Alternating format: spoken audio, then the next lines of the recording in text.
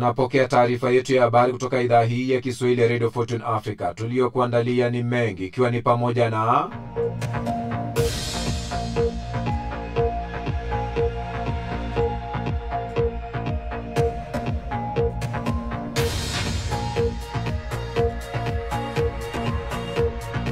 kifo cha Raila Odinga, risala za rambirambi zaendelea kumiminika.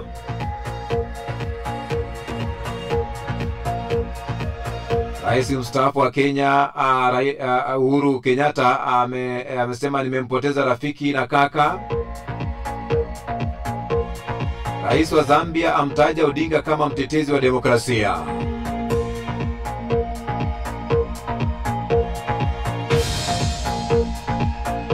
Waziri Mkuu wa India Narendra Modi amtaja Odinga kama rafiki. Wabunge washindwa kujizuia bungeni wakati ambapo walipokea habari za kifo cha Raila Odinga. Rais Samia atuma salamu za rambirambi kufuatia kifo cha aliyekuwa waziri mkuu wa Kenya Raila Amolo Odinga. Rais wa Kenya William Ruto akutana na baraza la usalama huku kikao cha bunge kikiahirishwa.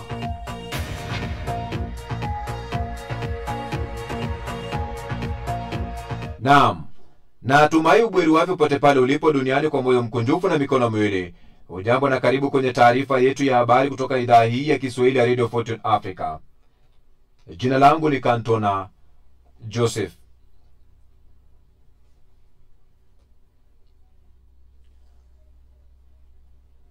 Raila Amolo Odinga amefariki dunia wakati akifanyiwa matibabu katika hospitali moja nchini India, kulingana na duru za familia.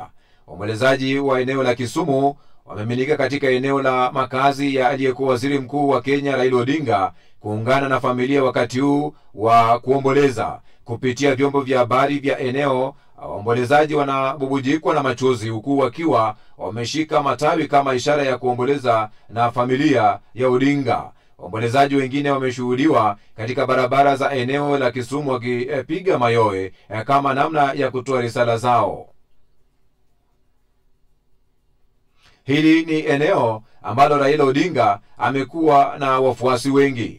Mwenyekiti wa tume ya Umoja wa Afrika AUC Mohamed El Yusuf ametuma salamu za rambirambi kufuatia kifo cha mwanasiasa wa upinzani Kenya na waziri mkuu wa zamani wa jamhuri hiyo Raila Amolo Odinga. Kwa niaba ya Umoja wa Afrika, vyombo na taasisi zake, mwenyekiti huyo ametuma salamu za rambirambi kwa familia ya Odinga, serikali na wananchi wa Kenya na Afrika nzima inayoomboleza msiba huu mkubwa. Amemtaja Odinga kama mtu mashuhuri katika maisha ya kisiasa na mpiganaji dhabiti wa demokrasia, utawala bora wa maendeleo yanayozingatia watu na wananchi. Ameacha alama isiyofutika sio tu kwa Kenya bali katika bara nzima la Afrika. Mwenyekiti Yusuf amesema Afrika imepoteza mmoja wanawe wenye maono, kiongozi aliyejitolea maisha yake kutafuta haki, demokrasia na umoja. Urithi wake utaendelea kujenga Afrika yenye amani, ustawi na demokrasia. Aliyekuwa rais wa Kenya Uhuru Kenyatta ametuma rambirambi zake kwa familia ya Raila Odinga. Katika ujumbe wake katika mtandao wa Instagram, Uhuru amemtaja marehemu kama mwenzake wa kisiasa katika safari yake yote ya kisiasa.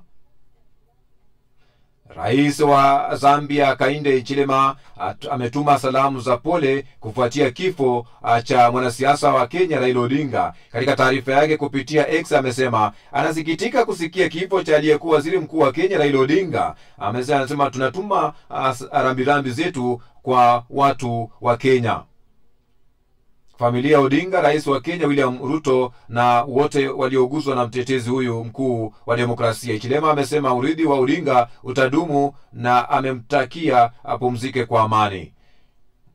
Waziri mkuu wa zamani wa Kenya Raila Odinga amefariki dunia kutokana na mshtuko wa moyo nchini India. Hospitali Deva Madha katika jimbo la Kerala imedhibitisha taarifa za kifo chake hivi leo. Odinga ambaye alifariki akiwa na umri wa miaka 80 aliwahi kugombea urais wa Kenya mara 5 katika kipindi cha zaidi ya miongo mitatu. Shisia Wasilwa na taarifa hiyo kwa kina.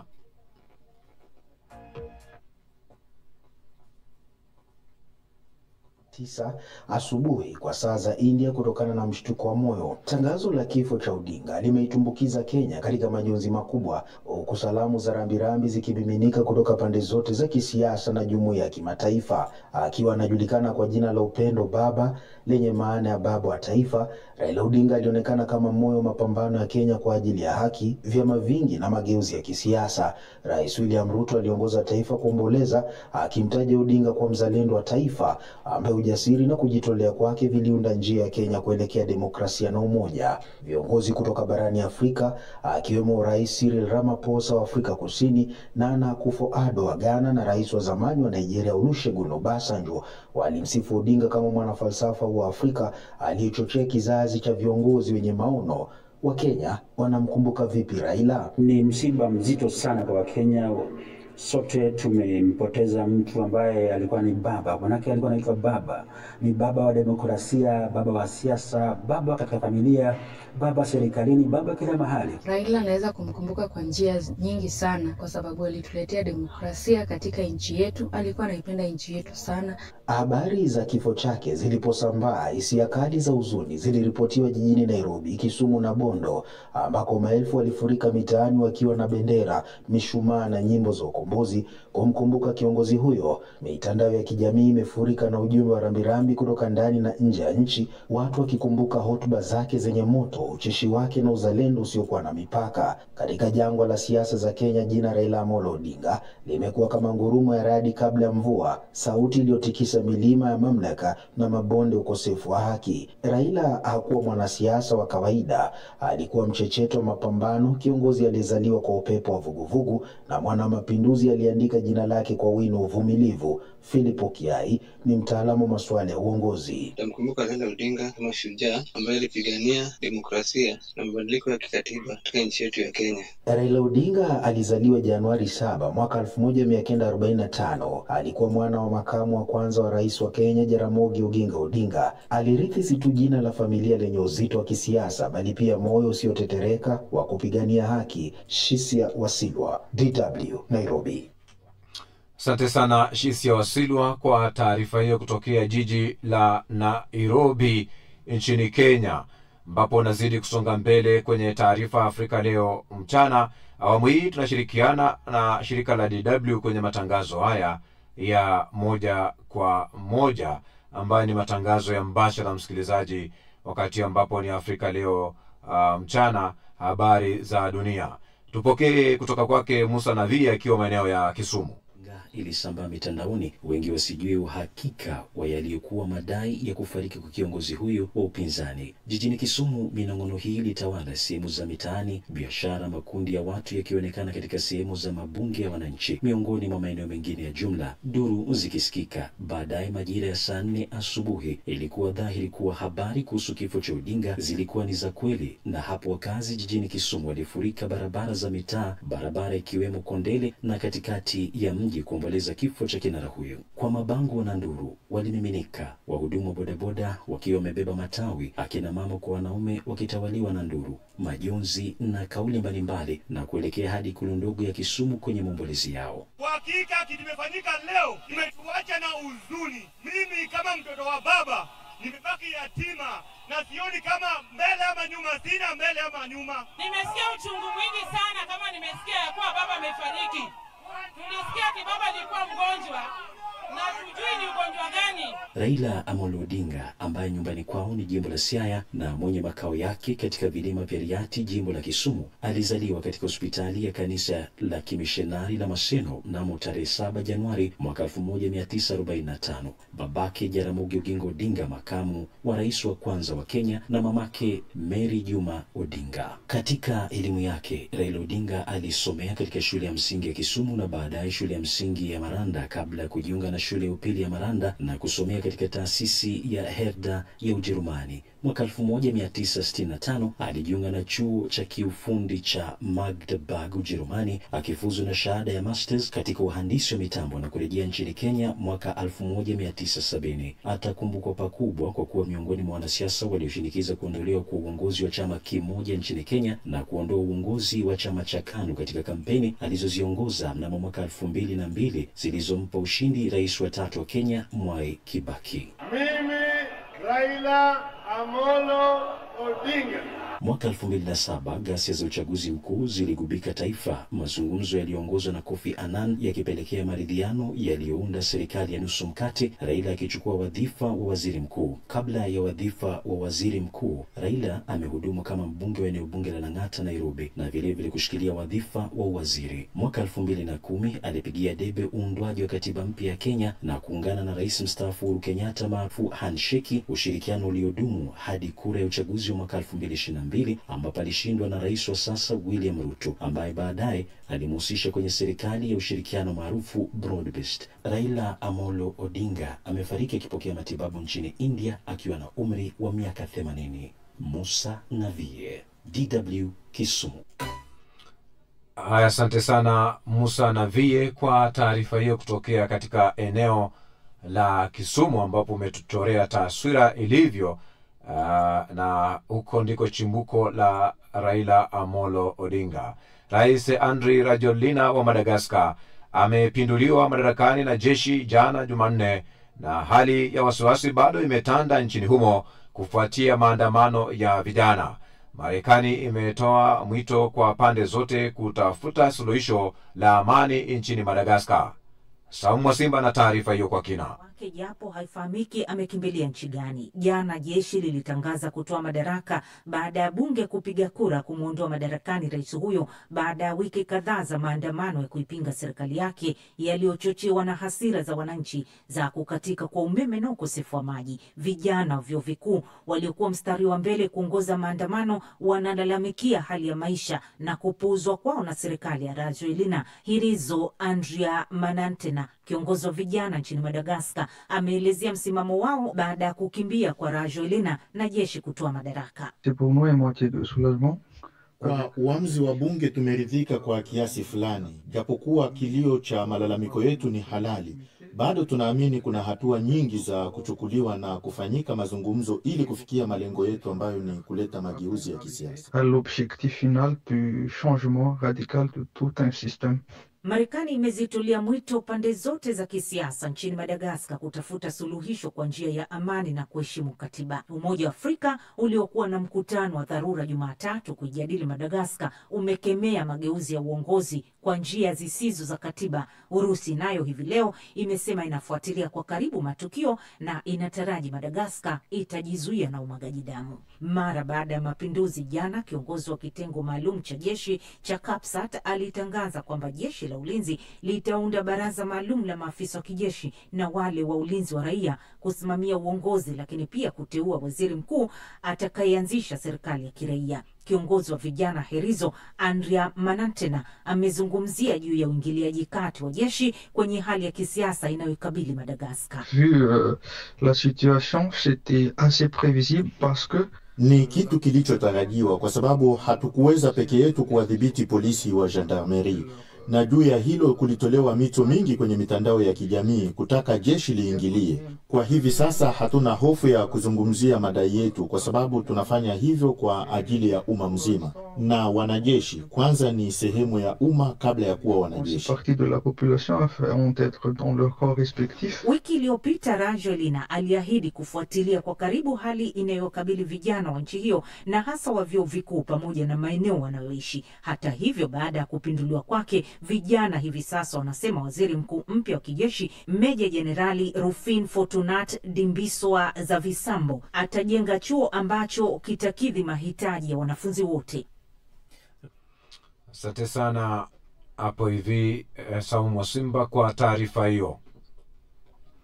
Naendelea kupokea taarifa hii ya habari kutoka idhaa hii ya Kiswahili ya Radio Fortune Africa, ambapo awamu hii ya pili ya ripoti na waandishi wa habari na vile vile uchambuzi na shirikiana na DW. Taifa la Kenya inaomboleza kifo cha aliyekuwa waziri mkuu Raila Odinga, mwamba wa siasa na nembo ya demokrasia, aliyefariki dunia hii leo Jumatano huko Kerala, India, akiwa na umri wa miaka 80. Kifo cha aliyekuwa waziri mkuu wa Kenya Raila Amolo Odinga kimeibua majonzi nchini Kenya, wafuasi wakiomboleza. Karibu na wagombea wote 16 ni kuhusiana na sekta ya afya. Watu wote wanajitibia wao wenyewe. Akijisikia maumivu akijinyosha dukani paracetamol nywi, kama mtanichagua na kwenda kuwatibia bure katika zahanati zote na hospitali kubwa. Tutajenga vituo vya afya zaidi, tutajenga zahanati zaidi, na tunakwenda kuboresha hospitali yetu ya wilaya. Afya ni sekta mtambuka, ikimgusa kila mwananchi. Swali ambalo wengi wanajiuliza, je, ni kwa kiasi gani ahadi hizo zinawagusa wananchi lakini pia zinatekelezeka? Dorini Mlai na Mzamiru Nasoro ni wakazi wa Dar es Salaam. Tuseme kwamba sera hizi za afya katika majukwaa ya kisiasa katika mwaka huu wa uchaguzi 2025 unaenda kuleta mwanga mpya au mwanzo mpya katika huduma za afya, iwe ni kwa watoa huduma, iwe ni katika upatikanaji wa vifaa tiba, iwe ni katika swala zima la kuchangia gharama kati ya mgonjwa na serikali. Hiyo itaenda kuleta afya zaidi. Amelenga maeneo mengi tofauti ikiwemo na upatikanaji na usambazaji wa dawa na vifaa vya matibabu. Hapo kuna baadhi ya hospitali au kuna baadhi ya vituo unaenda kweli mgonjwa na madaktari wapo, manesi wapo, lakini sasa vitu matibabu hayapatikaniki, yani vifaa vipo, dawa hazipo. Dr. Elisha Usati ni mtaalamu wa afya ya binadamu. Anaziangalia ahadi hizo kwa upande wa kitaalamu. Swala bima la afya kwa wote ni swala ambalo sheria imepita na kiukweli tunatamani utekelezaji uweze kutokea jinsi wanavyozungumza, kwa sababu gharama za matibabu ni makubwa, lakini watu wetu pia wengi hawezi kulipa gharama za matibabu. Kwa hiyo ni bima ya afya kwa wote itatusaidia sana kuweza kutoa huduma bora kwa wananchi kwa gharama nafuu. Dr. Osati anayataja mambo muhimu ambayo wananchi wanataka kuyaona katika sekta ya afya yanaboreshwa na serikali inayokuja. Wananchi wao wakija hospitali wanataka kuona unapata huduma bora ambayo inatolewa kwa wakati, kwa gharama nafuu, ambayo inawapa nafasi ya kuweza kujieleza vizuri na namna hiyo kuweza kutibiwa kwa ufanisi zaidi na kuweza kuondoka kwa haraka. Viongozi wetu ambao wanazungumza, manake hilo ndio jambo la kwanza ambalo watakao kuliweka katika kichwa chao. Sekta ya afya imekuwa ajenda muhimu katika majukwaa ya kisiasa, hususan katika kampeni za wagombea urais, kutokana na sekta hiyo kumgusa kila Mtanzania. Anwar Mkama, DW.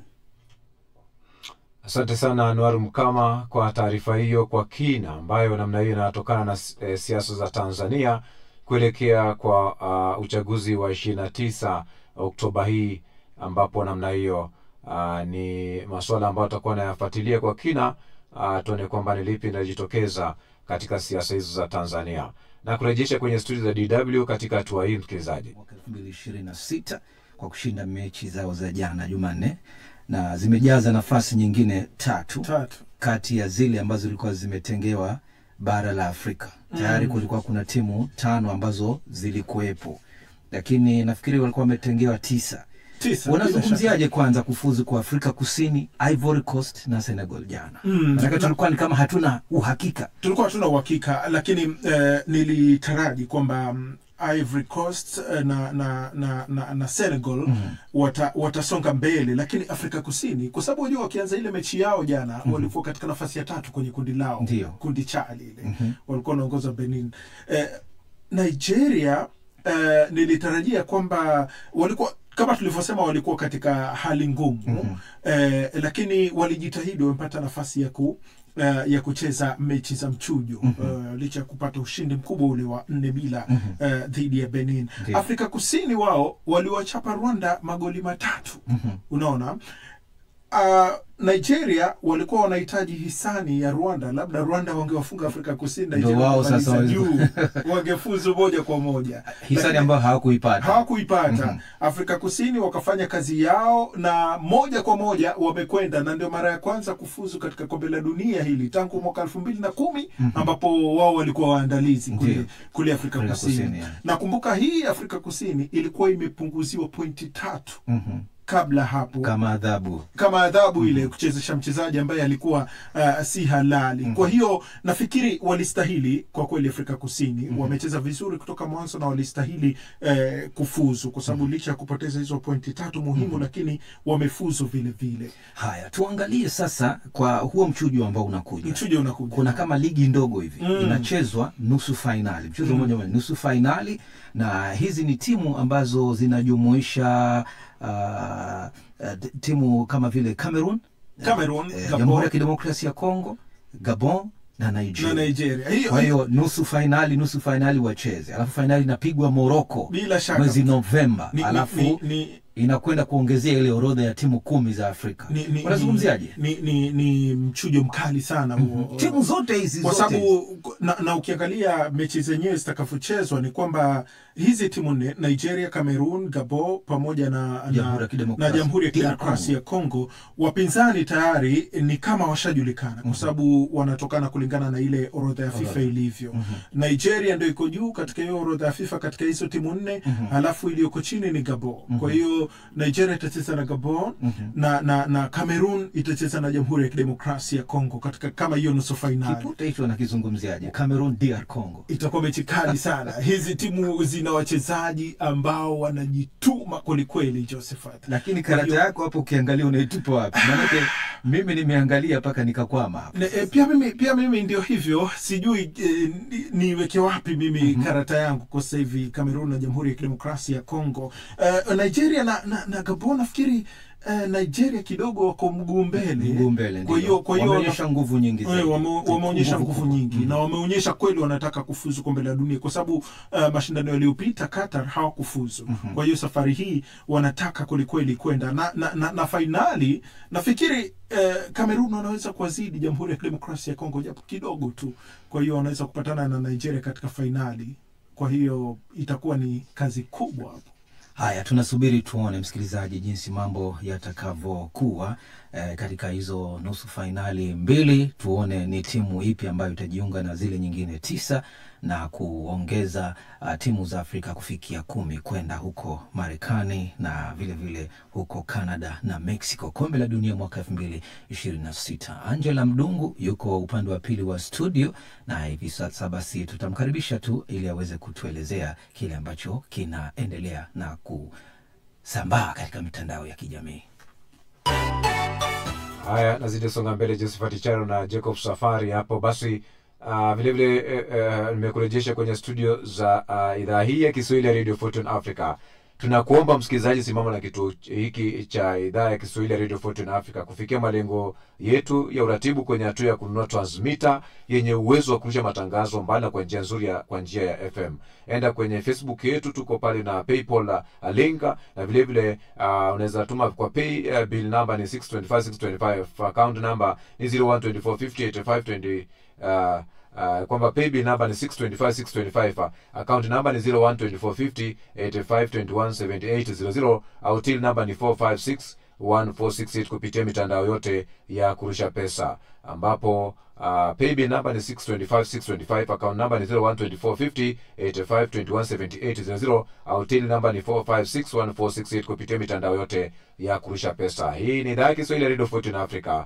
Mambo yetu, safari yetu, maisha yetu, tamaduni yetu na imani yetu. Sikiliza idhaa hii kwa vipindi bora, matangazo yenye tija, vile vile ukweli na burudani, na kuelekeza kwake Angela Mdungu tuelekeze zaidi. Jonzi imetanda kwenye maeneo mengi ya Kenya. Nafahamu tutapata maoni kutoka kwenye kurasa zetu, lakini mbali na kurasa zetu kuna maoni mengi yako kwa Twitter na katika kurasa nyingine mbali. Wanasemaje? Kabla sijasoma nimkumbushe tu msikilizaji kuwa nguli huyu wa siasa za Kenya alifahamika kwa majina mengi kando ya baba na jina Enigma. Kuna waliomuita Nyundo, kuna waliomuita Tinga, Agwambo na Jacom, yani chairman, mwenyekiti. Sasa niende moja kwa moja kwenye maoni. Rebecca Njeri anasema tutamkumbuka Raila kwa kupigania siasa za vyama vingi na demokrasia. Pumzika kwa amani Jacom. Gavi ameandika leo hata wale walioiba ushindi wake wakati wa uchaguzi wanaomboleza. Maoni yake hayo. Dasa anasema habari hizi zimeniumiza mno, lakini ni mapenzi ya Mungu. Hii ndiyo safari yetu sote. Pumzika kwa amani baba. DJ Black, Afrika na dunia nzima itamkumbuka Odinga kama mzalendo aliyepigania ukombozi. Mbali na hawa ambao ni watu wa kawaida tu, kuna watu mashuhuri nao wametoa salamu zao za rambirambi. Rais wa zamani wa Kenya Uhuru Kenyatta ametoa salamu hizo na ameeleza mengi mno kuhusu uhusiano wake na Odinga, lakini amesema Raila alikuwa mpinzani wa kweli, lakini pia alikuwa mshirika mwenye thamani kubwa hasa katika masuala ya kuleta maridhiano. Haya, asante sana Angela Mdungu. Na baki hapo tunayasoma maoni ya wasikilizaji ambao yametufikia hapa kupitia channel yetu ya YouTube. Namuona hapa Lominis Kirurushi akiwa Bundigbo, Uganda. Anasema tunawapa pole wa Kenya na familia kwa kuondokewa na kiongozi aliyewapigania kwa nguvu zote. Tutamuenzi kwa pamoja. John Makolo wa Tabora, Tanzania anasema pole sana wa Kenya kwa msiba uliotokea. Jafari Itabeka anasema poleni sana wa Kenya kwa kumpoteza kiongozi mahiri. Muhisini Kilua anasema pumzika kwa amani Raila Odinga, amina. James Mshemba wa Mwanza, Tanzania anasema lala salama Raila Odinga, tutakukumbuka kwa mazuri uliyofanya nchini Kenya. Bilal Mkeha ameandika poleni sana wa Kenya na Afrika Mashariki kwa ujumla kwa kuondokewa na gwiji wa siasa Raila Odinga. Idrisa Huza anasema ni kweli mnazungumzia huduma za afya Tanzania, lakini ni vigumu kuzipata huduma hizi kwa sababu ya gharama yake ni kubwa mno. Daima Nyakunga anasema wanajeshi Madagascar pia ni wazalendo. Nduira Oscar wa Nshamba, Tanzania anasema Odinga, nitakukumbuka harakati zako za kuitetea demokrasia. Pumzika kwa amani, hakika mwendo umeumaliza. Asante sana msikilizaji kwa kuendelea kuwa nasi.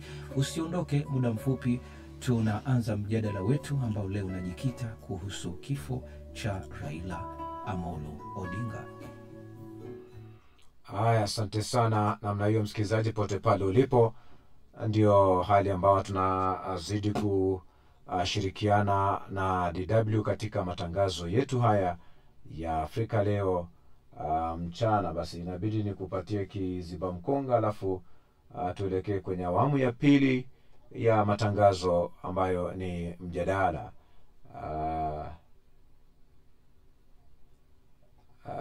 Wakati basi tunaelekea kwenye kuziba mkonga alafu baadaye tupokee mjadala.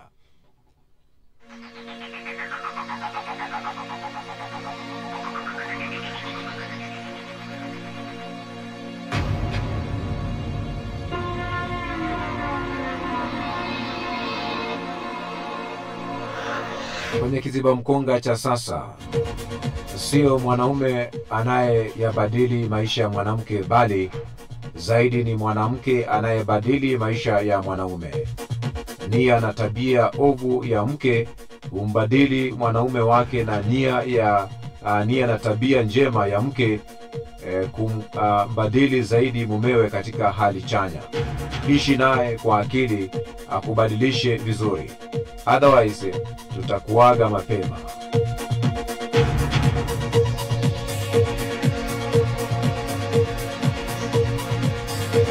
Ndio maana mimi hupenda kusema kwamba ukiona kuna mwanaume au mwanamke amekuwa karibu sana na mwenza wako kuliko kawaida, na ukaribu huo unakusumbua na kukupa maswali mengi, basi jua mwenye shida sio huyo mwanamke au mwanaume. Mwenye shida ni mwenza wako aliyekubali na kuona sawa kuruhusu ukaribu huo.